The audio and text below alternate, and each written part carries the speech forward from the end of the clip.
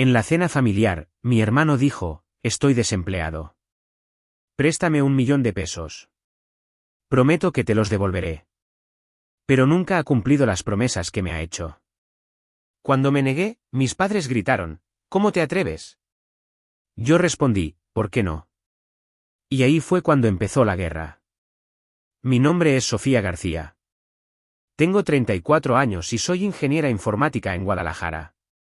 Cada domingo, me siento a la mesa para la cena familiar, forzando una sonrisa mientras mi cuenta bancaria se desangra. He pagado la hipoteca de mis padres, las reparaciones del coche de mi hermano, incluso las facturas del veterinario de su perro. Siempre ha sido así, yo pagando las cuentas y ellos dándolo por sentado. Pero el domingo pasado, todo cambió. Mi hermano entró con 20 minutos de retraso, sonriendo como si fuera el dueño del lugar. Soltó una bomba. Estoy desempleado. Necesito 1 millón de pesos para abrir una cafetería. Prometo que te los devolveré. Sus promesas. Ya las he oído antes. Se me revolvió el estómago al recordar los miles de pesos que le he prestado, dinero que se desvaneció como el humo. Miré a mamá y a papá, esperando que le llamaran la atención. En lugar de eso, sus ojos se volvieron hacia mí, cargados de expectación. «Ayudarás, ¿verdad?», dijo mamá, con un tono que era más una orden que una pregunta. Apreté el tenedor, con el corazón latiéndome con fuerza. Sus promesas estaban vacías, y yo estaba harta de ser su cajero automático. No dije, con voz firme pero cortante. La mesa se quedó en silencio. El rostro de papá enrojeció. «¿Cómo te atreves?», espetó. «¿Por qué no?», repliqué. Ahí fue cuando empezó la guerra. Una guerra que no empecé, pero que estaba dispuesta a terminar. Lo que sucedió después puso mi mundo patas arriba, y todavía estoy recogiendo los pedazos. Quédense para ver cómo se desarrolló todo. Si les atrae esta intensa historia familiar, no olviden dejar un me gusta y compartir sus opiniones en los comentarios. Me encantaría saber si alguna vez se han enfrentado a una situación como esta. Adentrémonos juntos en el caos.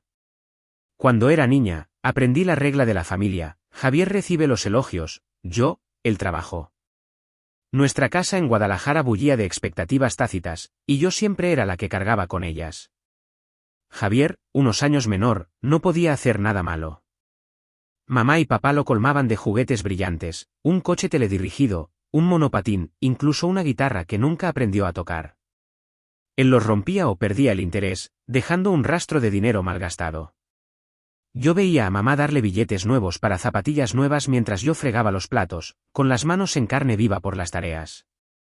Sus billeteras eran ajustadas para mí, pero para Javier, no tenían fondo.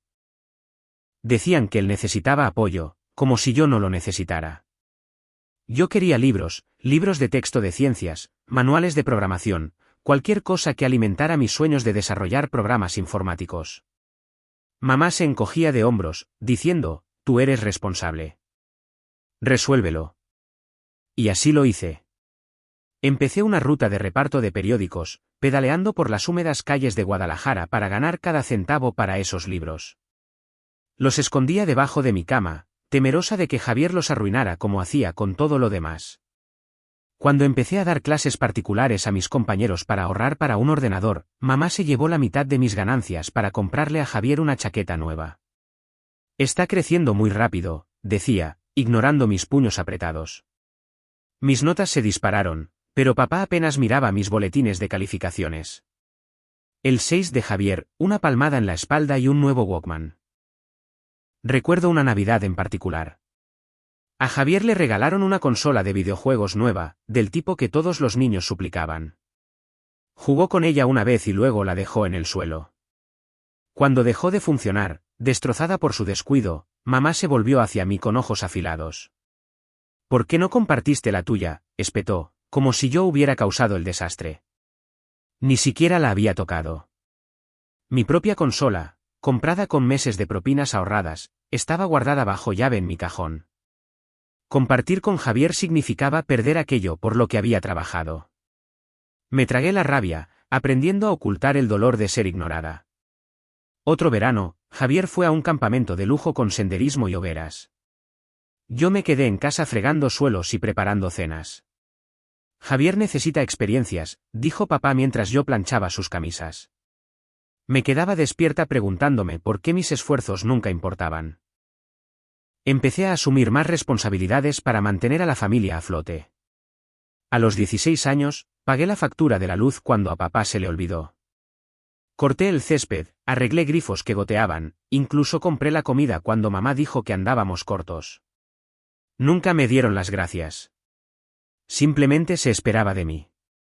Javier, mientras tanto, acumulaba deudas en la sala de maquinitas, y mamá suspiraba, solo está encontrándose a sí mismo. Yo era la que mantenía todo unido, pero ellos nunca lo vieron. Me enseñé a enterrar el dolor, a seguir adelante a pesar de su indiferencia. Pero eso fue acumulando un resentimiento silencioso que crecía con cada tarea, con cada peso que daba. Años más tarde, cuando una empresa de tecnología en Monterrey me ofreció un ascenso, lo mantuve en secreto. Sabía lo que pasaría. Mamá me haría sentir culpable para que me quedara, diciendo que Javier me necesitaba cerca. Papá asentiría, murmurando sobre el deber familiar. Habían construido su mundo sobre mi espalda, esperando que yo lo cargara para siempre. Yo era su banco, su solucionadora, su pegamento invisible. Incluso de niña, sentí el peso de su injusticia oprimiéndome, moldeando cada decisión que tendría que tomar. Todas esas lecciones de la infancia sobre ser la responsable me siguieron hasta la edad adulta. Y también sus promesas rotas. Un día, me senté en silencio en mi apartamento de Guadalajara, con los ojos fijos en el extracto de mi cuenta bancaria. Los números me gritaban, cada uno un doloroso recordatorio de todo lo que había dado. Mi cuenta se estaba desangrando, 24,000 pesos por la reparación del coche de Javier el mes pasado, 6,000 para cubrir la factura de la luz de mamá y papá, e incluso 3,000 para un fontanero cuando se les rompieron las tuberías. Me desplacé por las transacciones, con el pecho encogido. Cada pago se sentía como un acuerdo silencioso para mantener a la familia a flote. Pero, ¿a qué costo? Había estado vertiendo mis ahorros en sus vidas, y ellos ni siquiera pestañeaban. Recordé hace 2 años, cuando Javier me acorraló en una cafetería. Necesito 100,000 pesos para un viaje a California, dijo, con los ojos muy abiertos de emoción. Es por trabajo, para hacer contactos. Te lo devolveré en un mes. Le transferí el dinero, creyendo su promesa. El viaje se convirtió en cuentas de bar y autofotos en la playa, y la devolución nunca llegó. Luego estuvo la vez que me suplicó 40,000 pesos para un teléfono nuevo. Es para mi negocio secundario, juró, con la mano en el corazón. Se lo envié, esperando que finalmente madurara. En lugar de eso, se compró un teléfono inteligente reluciente e ignoró mis mensajes sobre la deuda. Sus promesas eran como el humo, bonitas en el momento, desaparecidas por la mañana. Aún así, seguí ayudando. Me decía a mí misma que era por la familia, para mantenernos unidos. Quería que mamá me mirara con orgullo, no solo con alivio. Quería que papá me viera como algo más que una chequera. Cada peso que daba era un hilo que nos unía más, o eso pensaba. En el fondo, esperaba que algún día me valoraran a mí, no solo a mi dinero. Esa tarde, me encontré con Diana, mi amiga, en un café local. Sorbió su café con leche y negó con la cabeza. Los gastos de Javier están fuera de control, dijo, mientras miraba su última publicación en las redes sociales. Una nueva chaqueta de cuero etiquetada en una boutique.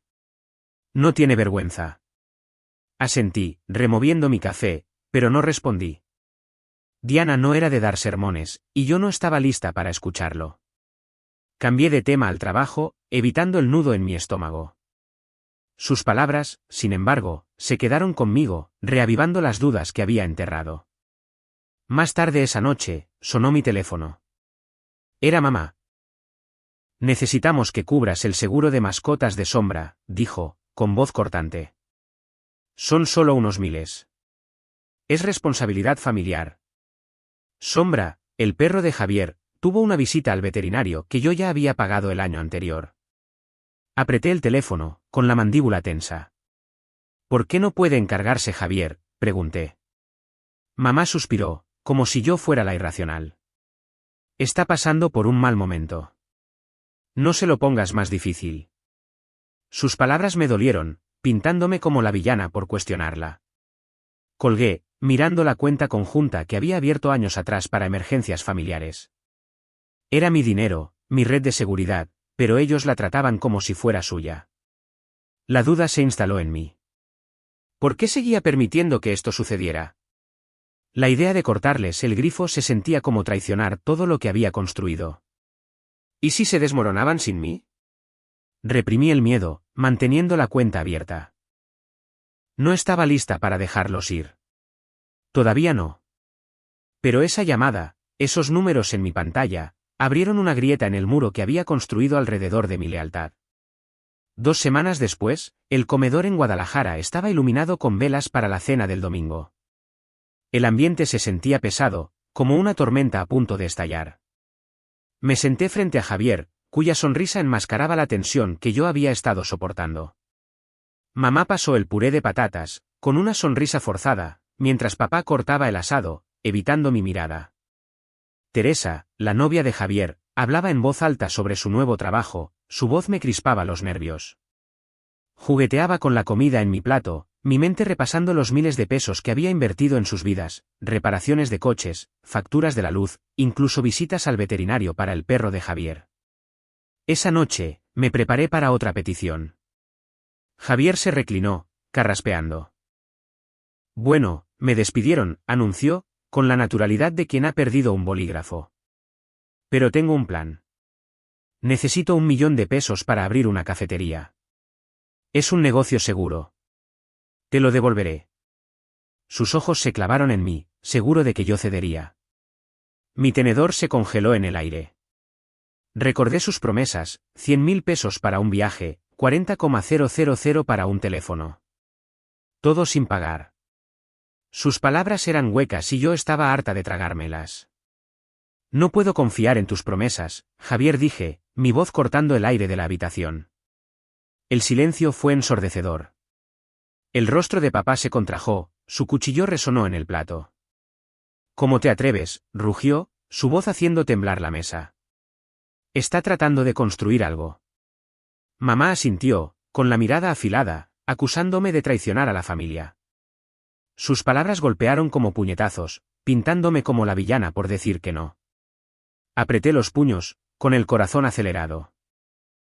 Siempre habían defendido a Javier, sin importar cuántas veces los hubiera defraudado. Teresa sonrió con suficiencia, inclinándose hacia adelante. Eres demasiado rígida para entender la ambición, dijo, su tono goteando burla. La miré fijamente, a esta extraña que había entrado en nuestra familia, juzgándome por los sacrificios que yo había hecho. Me hirvió la sangre. ¿Por qué no?, repliqué, mi voz firme a pesar de la ira. He financiado los sueños de Javier durante suficiente tiempo. La mesa estalló. Mamá me acusó de destrozar a la familia. Papá me llamó desagradecida, con los ojos encendidos. Javier simplemente se encogió de hombros, como si mi negativa fuera un inconveniente menor. Empujé mi silla hacia atrás, el chirrido resonando en la habitación. Se acabó, dije, poniéndome de pie. Sus gritos me siguieron mientras agarraba mi abrigo. Salí por la puerta, cerrándola de un portazo a mi espalda, con el pulso martilleándome en los oídos. Había pasado años manteniéndolos a flote. Pero esa noche, había trazado una línea. Podían gritar todo lo que quisieran. No iba a volver atrás. Mi teléfono vibró cuando llegué a mi coche. Era Francisca, mi tía, enviando un mensaje: ayuda a tu familia. Es la única forma de encontrar la paz. Me quedé mirando el mensaje, mi pulgar flotando sobre el botón de respuesta.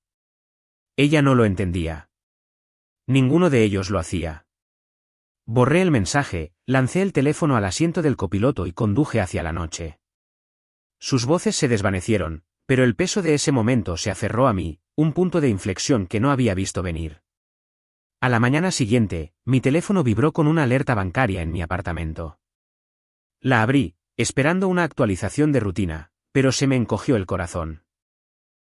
La cuenta familiar conjunta a mi red de seguridad construida con años de mis ahorros mostraba 3 retiros no autorizados, 40.000 pesos etiquetados como mamá, 30,000 marcados como papá y 60.000 a nombre de Javier.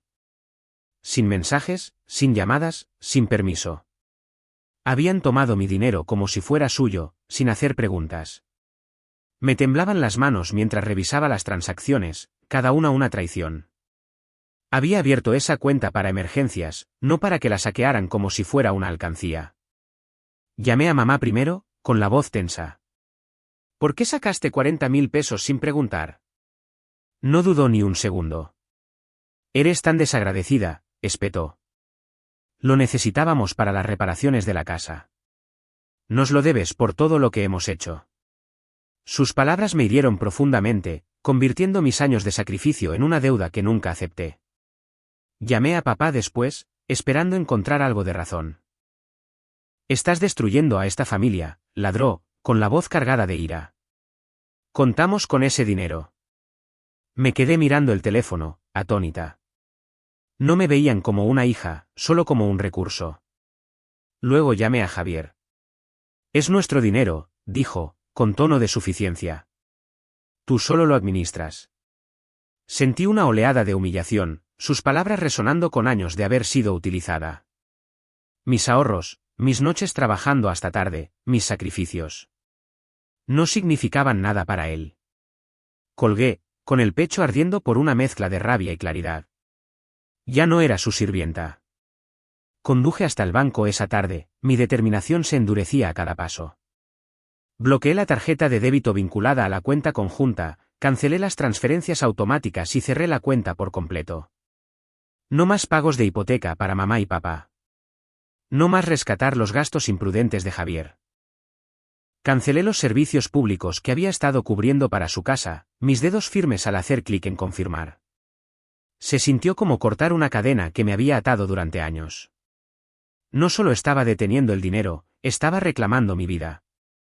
Más tarde esa noche, mi teléfono se iluminó con un mensaje de Iván, mi novio. No eres su banco, escribió. Te mereces algo mejor. Sus palabras eran simples pero sólidas, un recordatorio de que no estaba sola en esta lucha. Respondí con un rápido gracias, mi corazón más ligero al saber que alguien veía mi valor más allá de mi billetera. El apoyo de Iván no era ruidoso, pero fue suficiente para mantenerme con los pies en la tierra. Al día siguiente, Diana pasó por mi oficina en la empresa de tecnología. Era todo sonrisas, hablando con entusiasmo sobre su nuevo apartamento al otro lado de la ciudad. La vista es increíble y la cocina es enorme, dijo, mostrándome fotos en su teléfono. Asentí, agradecida por un momento de normalidad. No sacó el tema de mi drama familiar, y yo tampoco. Su charla sobre colores de pintura y muebles fue un breve escape, un recordatorio de que la vida existía fuera del caos en el que me había estado ahogando. Cuando se fue, sentí una chispa de determinación para construir algo para mí, libre de sus exigencias. 3 días después, mi teléfono se iluminó con notificaciones al amanecer. El suave brillo de mi pantalla atravesó el silencio de mi apartamento en Guadalajara, sacándome de un sueño inquieto. Abrí la aplicación, y se me revolvió el estómago al ver la última publicación de Javier. Una foto de Sombra, su perro, me devolvía la mirada con ojos tristes, con la leyenda, mi hermana es tan egoísta y desalmada. Nos ha abandonado. Los comentarios llovieron, extraños tachándome de cruel, primos lejanos que no había visto en años añadiendo su juicio, incluso un antiguo compañero de clase interviniendo con lástima por Javier. La publicación era un golpe calculado, usando el rostro inocente de Sombra para pintarme como la villana. Me dolía el pecho, una mezcla de dolor y furia creciendo como una marea. Quise escribir una respuesta, exponer sus años de promesas rotas, pero me detuve. Participar solo alimentaría su narrativa. En su lugar, lo bloqueé en todas las plataformas, redes sociales, aplicaciones de mensajería, todo. Me temblaban los dedos al tocar el último botón, silenciando su voz para siempre. Al mediodía, mi teléfono volvió a sonar. Un largo mensaje de mamá llenó la pantalla, cada palabra afilada y acusadora. Has destrozado a esta familia, escribió. Javier está sufriendo, y le debes una disculpa por tu egoísmo. Lo leí 2 veces, con un nudo en la garganta. No mencionó los miles de pesos que había dado para sus facturas, las noches que había trabajado hasta tarde para mantenerlos a flote, o los sacrificios que había hecho para mantenernos unidos. Siempre se trataba de Javier, nunca de lo que yo había perdido. Me senté en mi sofá, mirando las fotos en mi pared, reuniones familiares donde había sonreído a pesar de sus exigencias. Respiré hondo, bloqueé el número de mamá y luego el de papá. El acto se sintió definitivo, como cerrar una puerta que había dejado entreabierta durante demasiado tiempo. El silencio que siguió fue pesado, pero liberador, un peso que se levantaba de mis hombros. Esa tarde, centré mi atención en el futuro. En la mesa de mi cocina, firmé el contrato para un puesto de ingeniera informática principal en Monterrey, un trabajo que me había ganado con años de esfuerzo, no con favores familiares. El bolígrafo se sentía firme en mi mano, cada firma una promesa a mí misma. Monterrey no era solo una ciudad, era un nuevo comienzo, lejos de la enmarañada red de culpa de Guadalajara. Empecé a empacar, sacando ropa de mi armario y doblándola en cajas. Mi apartamento, con sus suelos crujientes y papel pintado descolorido, había sido mi refugio. Pero ahora era un trampolín. Clasifiqué libros viejos, recuerdos y baratijas, decidiendo qué conservar y qué donar. Cada elección se sentía como despojarme de una capa del pasado, dejando atrás las expectativas que me habían encadenado a las necesidades de mi familia. Iván llegó esa noche, trayendo cinta de embalar y 2 tazas de café humeante. Su presencia era tranquila, me anclaba a la realidad, un contraste con el caos que había estado navegando. No se entrometió ni insistió en la traición de mi familia. Simplemente se puso a trabajar, sellando cajas y apilándolas junto a la puerta. Mientras ordenábamos mi cocina a ollas, sartenes y tazas desparejadas, se detuvo y me miró a los ojos. «Te mereces vivir para ti», dijo, su voz tranquila pero segura. «No para ellos». Sus palabras me llegaron como un salvavidas, sacándome de la culpa que aún persistía. Asentí, una pequeña sonrisa se abrió paso, y seguimos empacando, el ritmo de nuestro trabajo una silenciosa promesa de apoyo. La fe de Iván en mí se sintió como un permiso para soltar, para elegir mi propio camino sin disculpas. A la mañana siguiente, empaqué mi ordenador portátil, el que había comprado con mi propio dinero, no con el de la familia. Pensé en los años que había pasado buscando su aprobación, solo para ser etiquetada como la villana en su historia. La publicación de Javier. El mensaje de mamá. El silencio de papá. Me habían mostrado sus verdaderos colores. Ya no necesitaba su validación. Recorrí mi apartamento, revisando cajones y estanterías, asegurándome de no haber olvidado nada. El espacio se sentía más vacío, pero no en el mal sentido. Era espacio para algo nuevo. Monterrey era más que un trabajo, era una oportunidad para redefinir quién era, libre de sus sombras. Sellé la última caja, mis manos firmes con determinación. Mientras cargaba las cajas en mi coche, Iván agarró la más pesada, su fuerza silenciosa un contraste con el ruido que había dejado atrás. Mi teléfono permaneció en silencio, ya no vibraba con sus demandas. La ausencia de sus voces fue un alivio, como salir a la luz del sol después de años en una tormenta. No estaba huyendo, estaba corriendo hacia una vida que sentía como mía. Cerramos el maletero y eché un último vistazo al edificio de apartamentos, sus ladrillos descoloridos brillando a la luz de la mañana. La carretera hacia Monterrey se extendía por delante, y por primera vez, me sentí lista para tomarla. El horizonte de Monterrey brillaba bajo el sol de Nuevo León. Estaba de pie en el balcón de mi nuevo apartamento, un elegante rascacielos con ventanales del suelo al techo, respirando la libertad de una vida sin la carga de las exigencias familiares. Mi primera semana como ingeniera informática principal había sido un torbellino, reuniones, sprints de codificación y un equipo que respetaba mis ideas. Por primera vez en años, me desperté sin temor, sin prepararme para una llamada o un mensaje pidiendo dinero o favores. La energía de Monterrey, con sus calles vibrantes y su bulliciosa escena tecnológica, se sentía como un mundo aparte de las pesadas expectativas de Guadalajara. Bebí mi café, saboreando la tranquila alegría de una mañana que me pertenecía.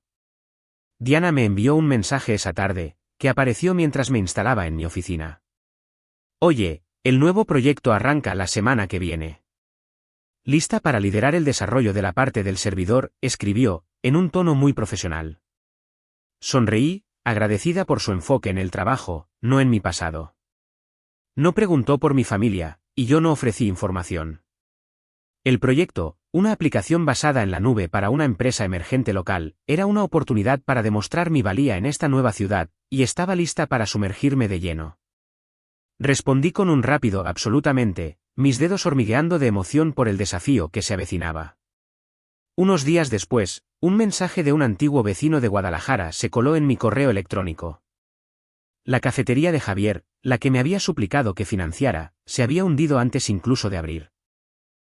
Sin mi dinero, no pudo cubrir el alquiler ni los costos de los equipos. Ahora trabajaba a tiempo parcial como camarero, apenas llegando a fin de mes. La noticia no me sorprendió, pero me dolió, un recordatorio de los sueños que una vez financié solo para verlos desperdiciados.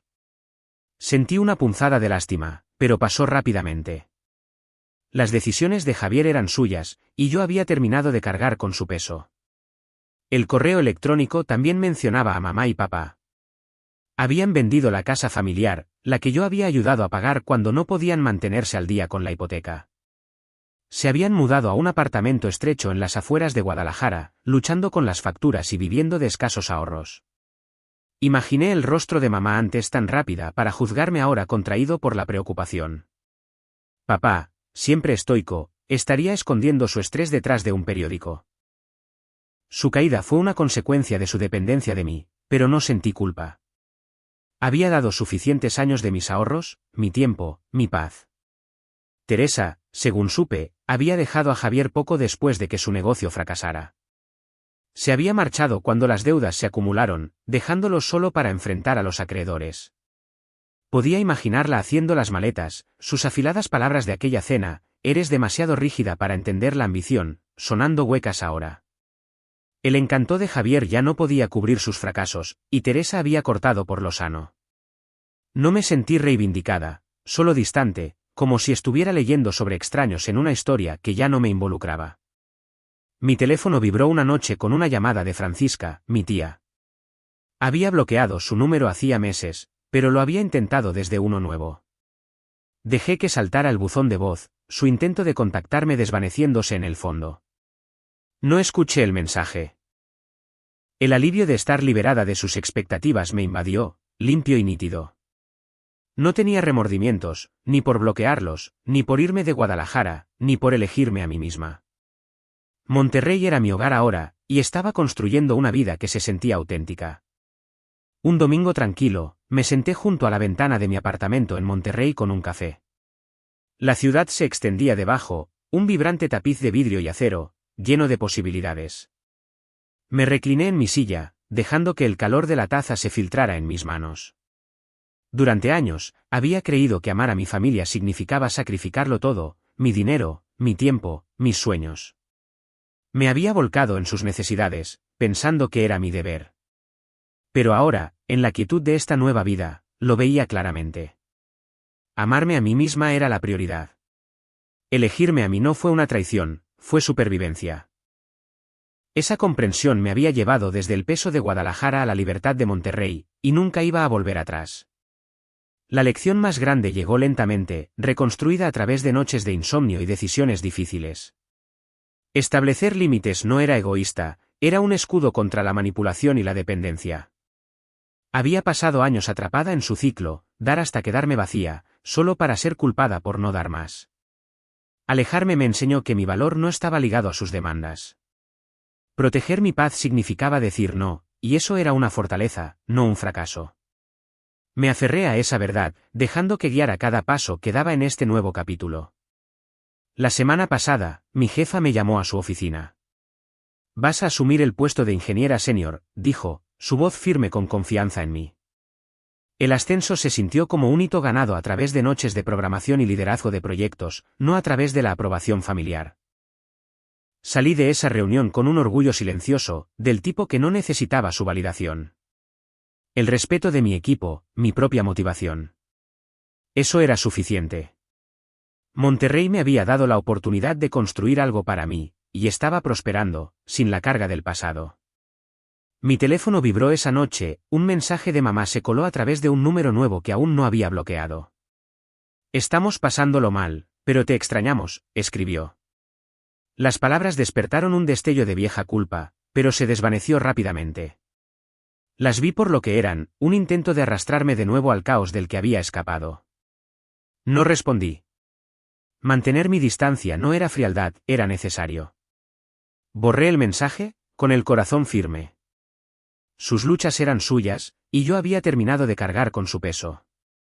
Mi vida estaba aquí ahora, en esta ciudad, en este momento, y no miraba atrás. A todos los que han seguido esta historia, quiero darles las gracias. Su tiempo, su atención. Significa más de lo que puedo expresar. Compartir este viaje no ha sido fácil, pero saber que están ahí escuchando hace que valga la pena. Me encantaría escuchar sus pensamientos, sus historias, sus lecciones, sus momentos de liberación. Déjenlos en los comentarios. Mantengamos esta conversación en marcha. Han sido parte de mi sanación, y estoy agradecida por cada uno de ustedes. Esa noche, abrí mi diario, el que había empezado cuando llegué a Monterrey. Escribí, ya no soy su plan de respaldo. Soy el mío propio. Las palabras se sintieron como un voto, grabado con tinta y determinación. Cerré el cuaderno, lo dejé sobre la mesa y miré las luces de la ciudad.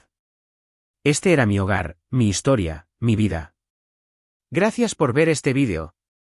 No olvides darle me gusta y suscribirte al canal de Secretos Revelados para no perderte las últimas historias emocionantes.